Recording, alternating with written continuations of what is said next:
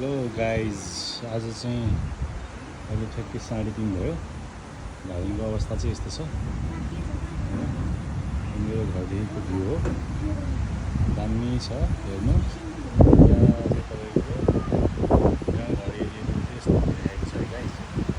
आकाश चाहिँ ठुलो यस्तो भइरहेको छ, खतरा ठुलो पानी परिरहेको छ।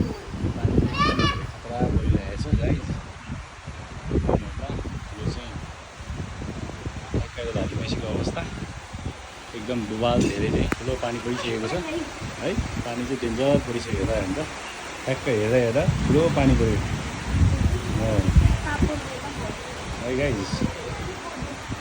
अहिले चाहिँ अवस्था, मौसमको अवस्था निकै बिग्रेको अवस्था छ, हेर्नु होला।